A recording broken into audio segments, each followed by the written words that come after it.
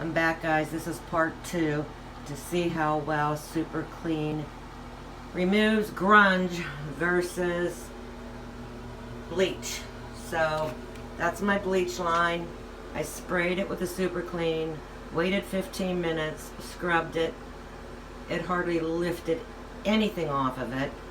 Sprayed it again, waited another 15 minutes, and as you can see, there's like no change in lifting this black debris. So I guess bleach and water is the way to go. Just make sure your room is ventilated if you're doing this in the bathtub. Please like and subscribe to our channel if you'd like to win a free passion flower starter. After I get 500 subscribers, I will randomly pull a name and mail it to you, or you may pick it up.